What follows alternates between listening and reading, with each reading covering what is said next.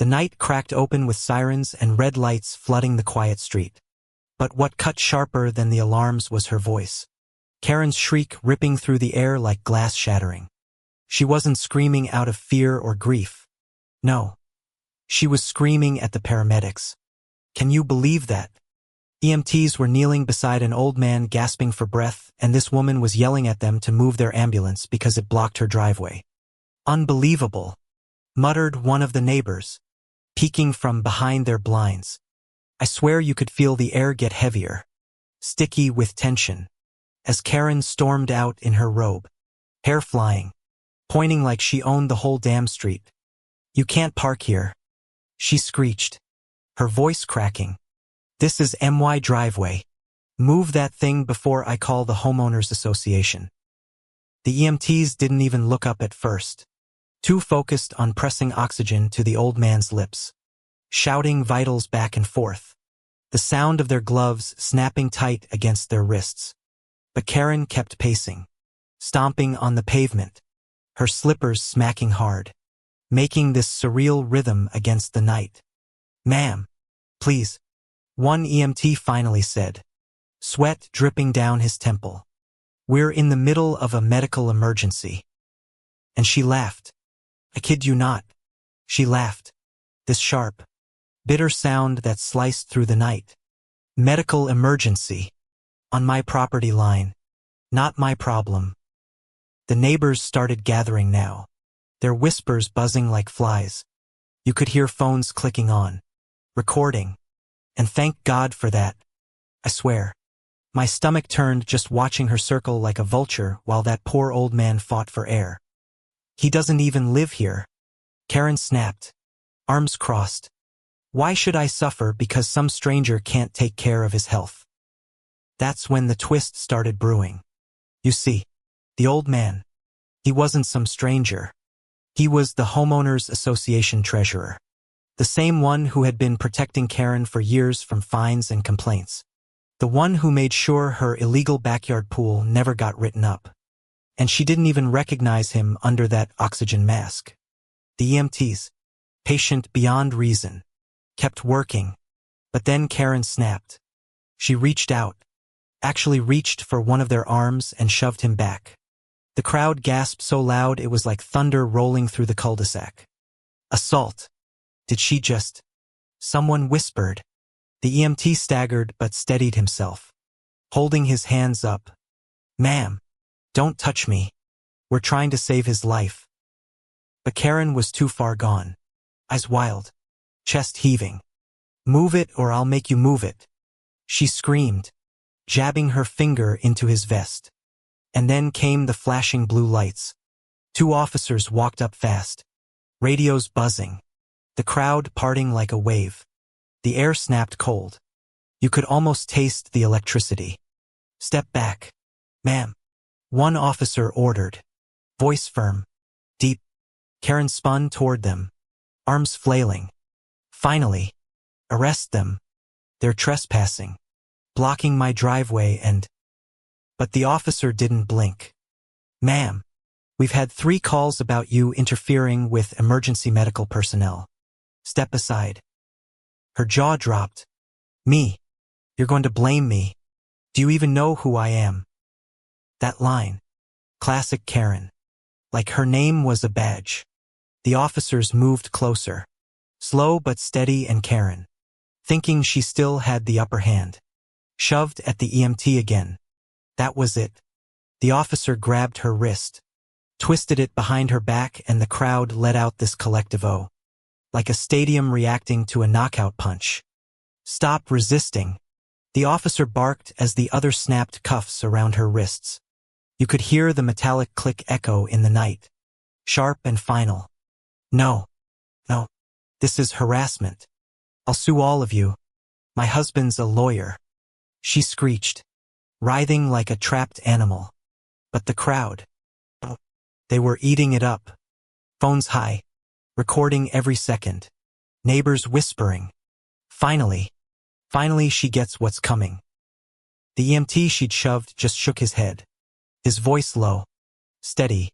We're here to save lives. And you tried to stop that. Karen kept twisting, screaming, even as they read her rights. This is my neighborhood. My rules. I'll destroy you. And here's where the bitter irony slammed down hard. As they hauled her toward the cruiser, the old man on the stretcher coughed. Oxygen mask pressed tight. Eyes fluttering open. Weak. Rasping. But clear enough. He muttered through the mask, "Karen, I was the one who covered for you." The silence that followed. Deafening. She froze mid-scream, eyes going wide. What? The officer didn't stop walking. Didn't let go. Just kept dragging her forward while she stumbled. No. No. No. You don't understand. I didn't know it was you. She cried, desperation cracking through her shrill voice. But it was too late. The neighbors exchanged looks. Whispers turning to chuckles. Then full-on laughter. Karma. One man muttered, shaking his head. Pure karma. The officers shoved her gently but firmly into the back seat of the cruiser. She kept pounding the glass with her palms. Her voice muffled now but still shrieking about lawsuits, corruption, conspiracies. But her words were drowned out by the hum of the ambulance doors slamming shut, the engine roaring and the paramedics pulling away with the man she'd almost cost his life. I stood there, heart pounding, and honestly, I felt this strange mix of rage, relief, and satisfaction. Because how many times had she terrorized this street? How many nights had she turned peace into chaos? How many times had she gotten away with it? Too many. Way too many. And tonight, under the flashing lights, cameras recording, voices rising, it finally ended. As the cruiser drove off, neighbors clapped. Yes, clapped. Like a curtain falling on the last act of a play we'd all been trapped in too long. And Karen, she sat inside that car, mascara streaking, screaming still, but powerless now. The one who always claimed control. Stripped of it all in front of everyone she thought she ruled. I swear, the irony was cinematic. Like something ripped straight from a Netflix script. Only real. Raw. Unpolished. With every sound and breath hanging heavy in the night air. And maybe the bitterest twist. Her husband, the so-called lawyer she kept bragging about. He filed for divorce a month later. Guess he finally saw what we all saw that night. A woman who thought she could bully the world. Only to be undone by her own voice. So yeah, Karen screamed at EMTs helping a patient. Shoved one in front of half the neighborhood and ended up cuffed. Charged with assault and abandoned by the very people who once covered her tracks. If that ain't karma hitting back hard, I don't know what is. Thanks for watching.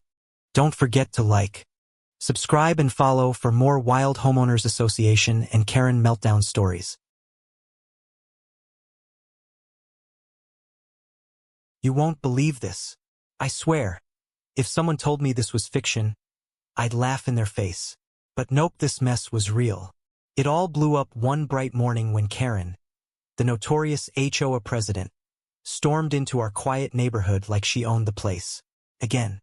But this time, she went way too far. I mean, she forged court papers. Forged. Can you even imagine the nerve? And the worst part, she tried to hold a fake trial in our community clubhouse to fine me over a totally made-up violation. What? Who does that? Seriously, who?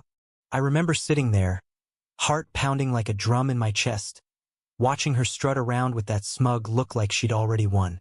You'll pay for your infractions, she sneered. But the whole thing was a sham. I mean, she handed out those court documents like candy, but they were nothing but fraud. Forged signatures, fake dates, the works. I could feel the anger bubbling inside me, hot and sharp, almost enough to make me yell right then and there. But no, I had to stay calm. Had to play her game. At least for now. The clubhouse was packed. Neighbors whispering, some confused, some terrified, others clearly siding with Karen because, well, she's the HOA president, or so they thought. But the tension? Oh, it was thick like fog rolling in. You could almost hear the silent screams, the muffled gasps whenever Karen slammed her gavel, or rather, a plastic toy hammer she grabbed from her kid's playroom because the real one was nowhere to be found. Pathetic, right? Order. Order in the court, Karen bellowed, her voice cracking slightly but still loud enough to command attention. This hearing is now in session. The defendant, Mr. Andrews, is charged with repeated violations of HOA regulations. She held up the forged papers, waving them like some kind of victory flag. The fine is $1,500, due immediately. My mouth went dry. My lawyer was nowhere to be seen because this wasn't a real court. This was a scam, a circus, and I was the main act. I glanced around, desperate for support, but many neighbors looked away, embarrassed or scared to get involved. Still, a few brave souls met my eyes with a flicker of doubt. They knew something wasn't right. Karen, I finally spoke up, my voice steady despite the rage inside me. These documents are forged. This trial is a fraud. You have no authority to do this. A few gasps echoed around the room, the atmosphere crackling with suspense. Karen's face twisted into a snarl. How dare you accuse me of forgery? She hissed. You'll regret this. And here's where the twist kicks in. Just as she was about to ramble on, the clubhouse door slammed open. In walked the real sheriff, yes, the sheriff flanked by 2 deputies. The room froze. You could hear a pin drop. Karen Miller, the sheriff said firmly. You're under arrest for forgery, fraud, and impersonating a court official. Wait, what? The entire room erupted in shock. Karen's smug grin evaporated faster than morning mist. This is a mistake, she stammered, her voice cracking like broken glass. I'm the HOA president. I have the right. No, you don't. The sheriff cut her off, pulling out handcuffs. You forged legal documents to extort money from your neighbors. We've been investigating for months. I exhaled hard, the tension breaking like a dam. It was surreal watching her struggle as they cuffed her right there, in front of everyone. The woman who acted like she ruled our neighborhood was just a fraud, plain and simple. And finally, karma had caught up with her. But let me back up a bit. You need the full picture because Karen's scheme was more twisted than you think. It started a few months earlier, when I got a letter slapped on my door. A notice from the HOA saying I owed a huge fine for unauthorized landscaping modifications. Funny, because I hadn't touched the yard except for watering. I called the HOA office, but the lady on the phone was vague, evasive even. Then the letters kept coming, more fines, more threats, all escalating. Something smelled rotten. I wasn't the only one. Turns out, Karen was targeting anyone who questioned her authority, or worse, those who refused to pay her fees. A few neighbors confided that they'd been harassed too. Some even intimidated into paying up just to avoid trouble. That's when I decided enough was enough. Digging through HOA records, I found some serious irregularities. The meeting minutes were doctored, signatures didn't match, and guess what? The court documents Karen presented in that fake trial complete fabrications. I contacted a real attorney who confirmed my fears. These were criminal acts. Meanwhile, Karen was spinning her web tighter. She held secret hearings, threatening fines, evictions, even towing cars illegally. She played the power game hard. It was like living under a dictatorship, but in our own little cul-de-sac. I couldn't believe how many people just accepted it, or worse, joined her. Fear, maybe, or maybe a twisted loyalty to the idea of control. But the breaking point was that fake trial. It was the last straw. When the sheriff showed up, it was because of a tip from one of Karen's own cronies, a neighbor who finally got fed up. They handed over emails, photos, even recordings of Karen bragging about her scam behind closed doors. The evidence was overwhelming. Watching the whole thing unfold felt like a scene from a movie. The disbelief, the shock, the whispers, and then the deafening silence as Karen was led out in cuffs. She kept shouting, "This isn't over. You'll all regret this." But nobody listened. We just stared, numb but relieved. And here's the kicker. After the arrest, the HOA board immediately resigned. They wanted no part of Karen's mess.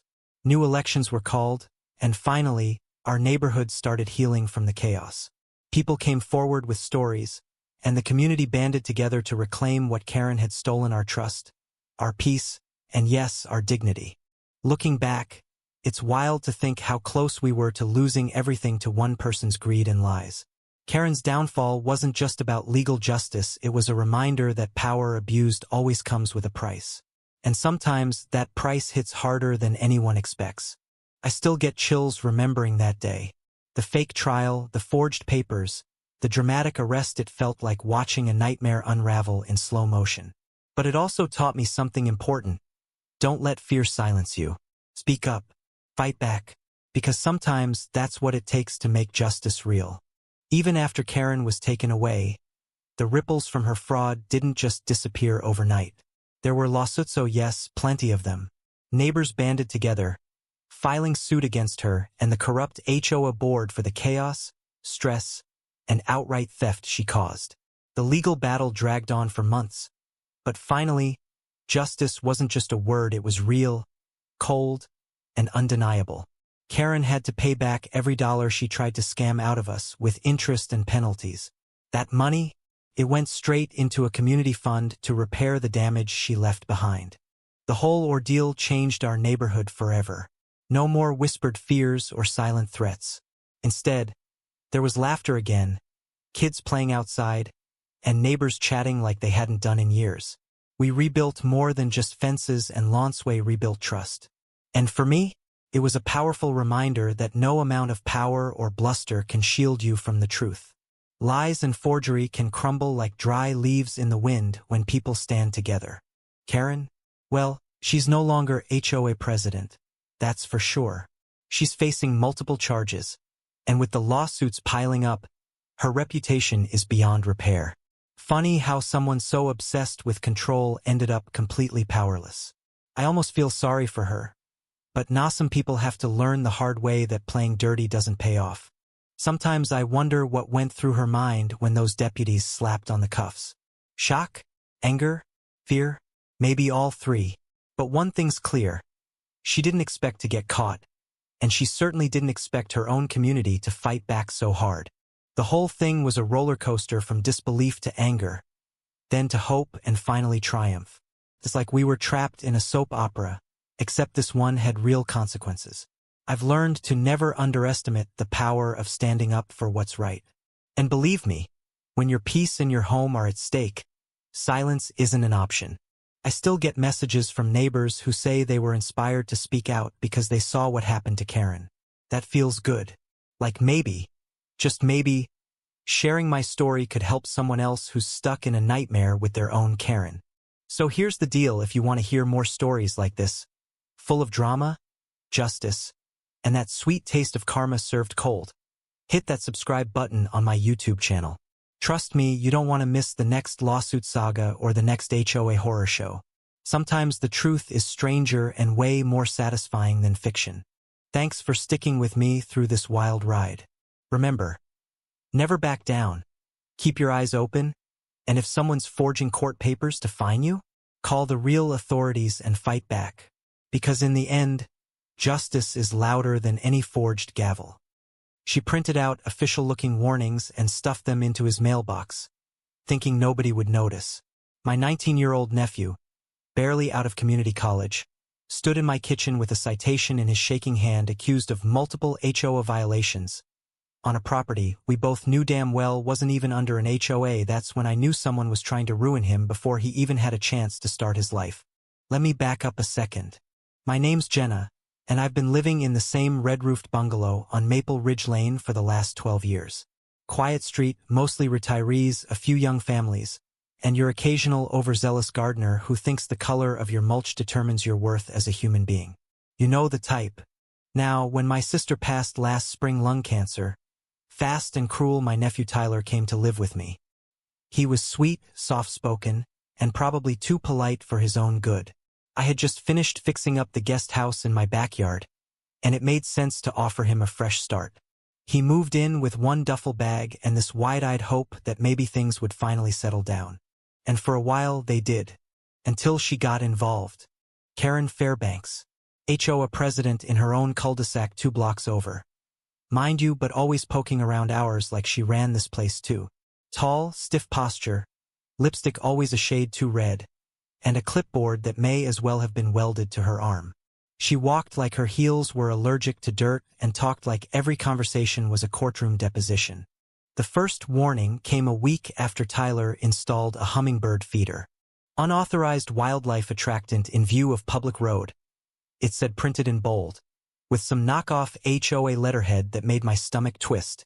No signature, no return address, just folded neatly in our mailbox like it belonged there. I laughed it off, thought it was a prank at first. Then came the second one for improper lawn edging. Then a third unregistered vehicle on premises targeting Tyler's little beat-up Toyota, which he did have registered, by the way. By the fifth notice, he stopped eating dinner at the table.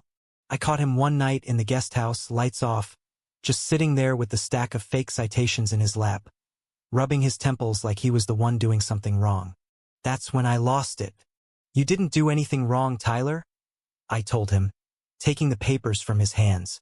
"This isn't even a real HOA street. These are fake." He looked up at me, voice barely above a whisper. "Then why does it feel so real?" God, that cut deep. So I started digging, pulled up the county plat map, ran the parcel number, confirmed once again that our street was outside any HOA jurisdiction. Then I started comparing the fonts, the seal on the page, the phrasing. I printed a real HOA warning from my coworker's neighborhood, and that's when it hit me. These weren't just random notices. They were copies, digital clones. Someone had used Tyler's full name and even made up a membership number 243C, which I later confirmed belonged to Karen Street Registry. Meaning, whoever was sending these had access to restricted HOA records.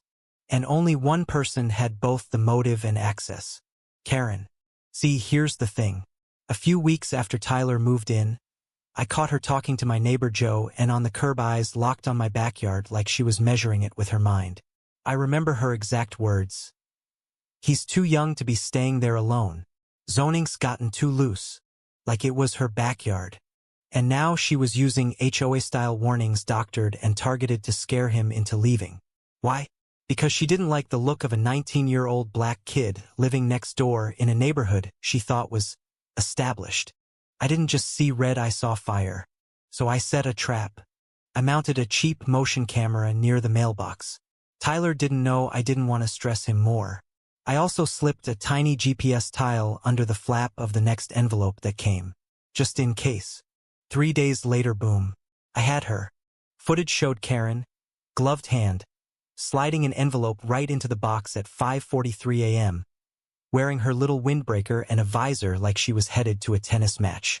And that GPS tile? Pinged right back to her house, twice. I printed everything. Timestamps, screenshots.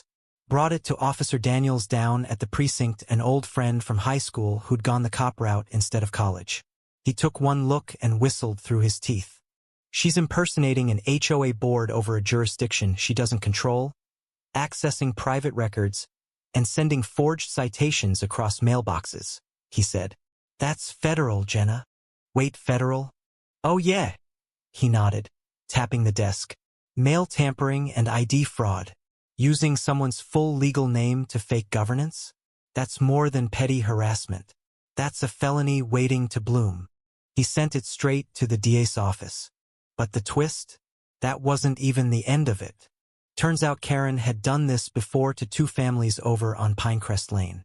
Both moved out after a year of non-compliance fines and trash bin violations that never made sense. The HOA there was real, but Karen had been issuing warnings under a different alias, signing documents as S. Carruthers, a name tied to a now-defunct HOA secretary from 5 years ago. She'd been impersonating dead board members, using archive templates, sending mail under fake identities. Jesus. That's when the county launched a formal investigation. They froze her HOA access pending review and confiscated her laptop for digital forensics. Tyler, he didn't say much at first. Just watched the detectives load her equipment into a black SUV, his hand gripping the edge of our front porch railing. Then he whispered, "She really tried to destroy me," and I hugged him hard, because he was right. But here's the most chilling part. When they opened her files, they found a spreadsheet titled Neighborhood Alignment.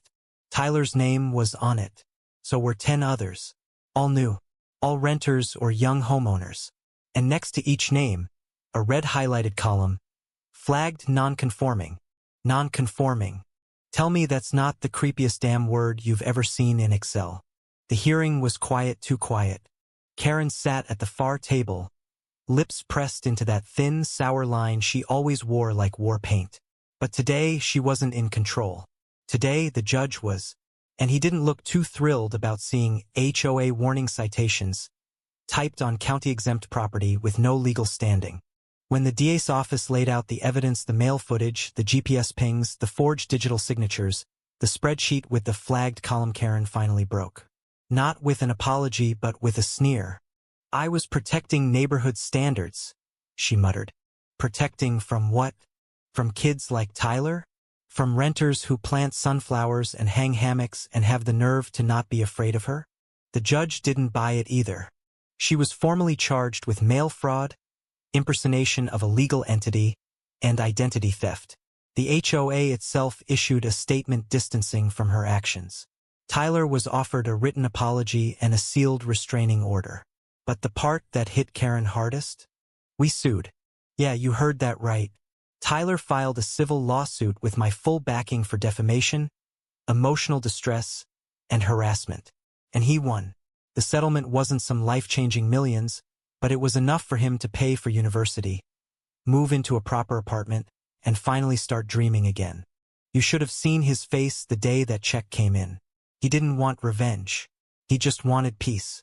As for Karen, she's under ongoing investigation for tampering with digital HOA files. The county suspects she may have accessed dozens of private names, even altered addresses. She's facing another lawsuit from the Pinecrest families. That smug visor? Gone. That clipboard? Replaced with subpoenas. I still get chills when I think about how close she came to ruining a young man's entire future over bird feeders and imaginary lawn rules. And yet, for every Karen like her, there are people like us watching, recording, fighting back with truth and tape and the law on our side. So yeah, maybe the biggest mistake she made wasn't the fake warnings, or the spreadsheet, or the creepy dawn patrols. Maybe it was underestimating the one person Tyler had on his side who'd already buried 3 HOA boards and lived to tell the tale. Me. Now tell me, what would you have done? Have you ever caught someone forging authority to control others? Would you fight back? Or walk away? Drop your thoughts below, I want to hear all of them. And if you've ever thought lawsuits were boring, well, not in this neighborhood. They aren't. Thanks for sticking with this story, and hey, if you enjoy poetic justice and real-world showdowns like this one, make sure to hit that subscribe button on our YouTube channel. The next lawsuit? Oh, it's coming. And it's delicious. I caught him red-handed, music thumping through my walls, beer bottles clinking, and laughter echoing down my hallway. My hallway. My house. And yet, there he was, Karen's precious golden boy, grinning like he owned the place. Oh, you've got to be kidding me. I whispered under my breath, my hand tightening on the doorknob until my knuckles turned white. The stench of cheap cologne and cigarette smoke wafted out as soon as I pushed the door open. And there he stood, shirt unbuttoned halfway, drink in hand, looking every bit the smug little prince his mother had raised. He froze mid-laugh when he saw me. Aunt Linda? He stammered. Supervisor Linda, I corrected sharply. And you are trespassing. I could practically hear the needle scratch on the music as his friends stopped dancing, their faces pale. Someone whispered, Dude, that's the HOA lady? Oh, I wasn't just the HOA lady. I was the HOA president, compliance officer, and ironically the one who had approved his mother's last appeal when she almost got fined for having an unpermitted shed in her backyard. And she repaid me with this? I stepped in, my heels clicking sharply on the hardwood floor. Everyone out. Now, unless you'd like to explain to the police why you're in a private residence without permission. They scattered like mice, except for Himachelkaran's 21-year-old pride and joy. He smirked. Look, it's not a big deal. Mom said. I cut him off so fast he flinched. Your mother doesn't own this house. I do. And she most definitely didn't tell you that you could throw a frat party here. But here's where the real twist started to bubble up, because as furious as I was about the party, it wasn't the first time this family had pulled something shady. Oh no. 3 weeks earlier, Karen had filed a noise complaint against me, claiming I was running illegal short-term rentals. That was laughable. I'd been overseas for work for a month, and my house had been empty the entire time. Except apparently it hadn't been empty. The pieces began clicking together in my head so fast it made me dizzy. I stared at Michael, my eyes narrowing. He hesitated, his smirk faltering. Just tonight. I could smell it. I yanked my phone from my pocket and pulled up my Ring camera history. Sure enough, there he was, clear as day, unlocking my front door a week ago with a key. A key that only I should have had. My stomach churned. How did you get that key? He shrugged, but his Adam's apple bobbed. I found it. Found it? No. My gut told me exactly where he'd found it, inside the HOA office. And who had access to that? Me and the secretary. And who was the secretary's sister? Karen. My voice went ice cold. Michael, did your mother give you this key? The silence was deafening. By now my pulse was pounding in my ears, but my anger was sharp, almost surgical. I hit the record button on my phone. Say it. On video. His lips parted, then closed again. Look, this is blown out of proportion. Mom just said you weren't using the place. I laughed. Oh, it was a bitter, humorless laugh. So she forged access, gave you my key, and you decided to commit fraud by using my property for your own parties. Do you have any idea what that means legally? The color drained from his face. You wouldn't. Try me. I snapped. 2 hours later, after the police had taken statements and Michael had been escorted out, I sat alone in my living room staring at the glass of water in my hands. My hands were shaking not from fear, but from the adrenaline still coursing through me. And that's when I decided I wasn't just going to kick them out and call it a day. No, this was going to be the last time that family thought they could walk all over me. The next morning, I marched into the HOA office with a stack of papers. I had already spoken to my lawyer. The words lawsuit for trespassing, theft, and fraud looked awfully good in bold type across the top of the page. But I didn't stop there. I pulled up the HOA's financial access logs and found exactly what I'd suspected. Karen had used the secretary's login to check out a spare key from the locked cabinet. The log showed the date, time, and even the camera footage of her doing it. By noon, I had filed both a civil suit and a formal complaint with the HOA board. When Karen stormed into my office later that day, she was fuming. Her hair practically bristling like a caddis. I almost felt sorry for her. Almost. How dare you go after my son like this? She hissed, slamming her palm on my desk. He was just having fun. I leaned back in my chair, steepling my fingers. How dare I? Karen, he was in my home. With my key. A key you took without permission. That's called breaking and entering. And in case you didn't know, those cameras in the HOA office, they work. Her face went pale for half a second before she recovered. You can't prove it was me. Oh, but I can, I said softly. I reached into my desk drawer and slid a printed still frame from the security footage across to her. There she was, plain as day, opening the cabinet and removing my key. She swallowed hard. And by the way, I continued, my voice silky with a dangerous calm. Forging your sister's login to access restricted property is also fraud. The lawsuit will name you as a co-defendant. She tried to bluff. You'll ruin your reputation in the HOA if you go through with this. I smiled, slow and deliberate. Sweetheart, I am the HOA. Her mouth opened and closed like she was searching for a comeback. But nothing came out. Finally, she spun on her heel and stalked out, muttering under her breath. I knew she'd try to rally allies, spread rumors, maybe even stage some petty revenge. But here's the thing, when you've got proof, the truth has a way of burning through all the lies. And oh, was I ready to burn. Over the next 2 weeks, Karen tried everything: denial, fake apologies, even that sickly sweet neighborly smile she used to flash when she wanted a favor. But the damage was already done, and the HOA board wasn't buying her act anymore. Then came the hearing. The conference room was packed board members, residents, my lawyer, and yes, Karen and her son. The air felt heavy, tense, like the moment before a summer thunderstorm breaks. Mrs. Hart, the chair began, you've been accused of unauthorized access to a homeowner's property, forging a key log entry, and allowing illegal use of the premises. Do you have anything to say? Karen's voice wavered, but she tried to sound confident. I did no such thing. This is all a misunderstanding. That's when I stood, sliding a flash drive across the table. Play the footage. The big monitor lit up with crystal-clear video of Karen in the HOA office, opening the locked cabinet and pulling out my key. The timestamp matched the day Michael had first been caught inside my home. Gasps rippled through the room. Her son looked like he wanted to melt into the floor.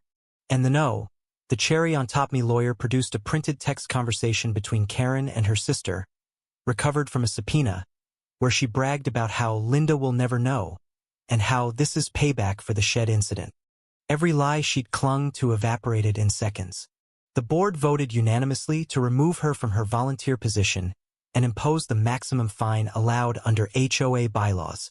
But that wasn't all. The civil lawsuit was already in motion, and the police report ensured there would be a criminal record to go with it. I should have felt satisfied, and I did, but then karma decided to give me a little bonus. 2 days after the hearing, word got out that Karen's son had been denied an internship at a local firm. Why? Because the hiring manager was one of our HOA residents who had attended the hearing and seen everything. Sometimes, justice doesn't just knock on the door, it blows it clean off its hinges. The day Karen came to my house one last time, she didn't come to fight. She stood there, clutching an envelope, her voice quiet. I'm dropping the countersuit. I can't afford to lose this any worse. I took the envelope, nodded once, and shut the door. No gloating, no parting shots, just the quiet satisfaction of knowing she'd written the ending herself. Because when you build your life on lies, forged papers, and fraud, you eventually run out of people willing to hold your ladder while you climb higher.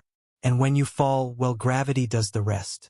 If you want to hear more wild true story style revenge tales with HOA drama, lawsuits, and karmic justice served ice cold, subscribe to my YouTube channel now, because the next one will make this look like a warm-up.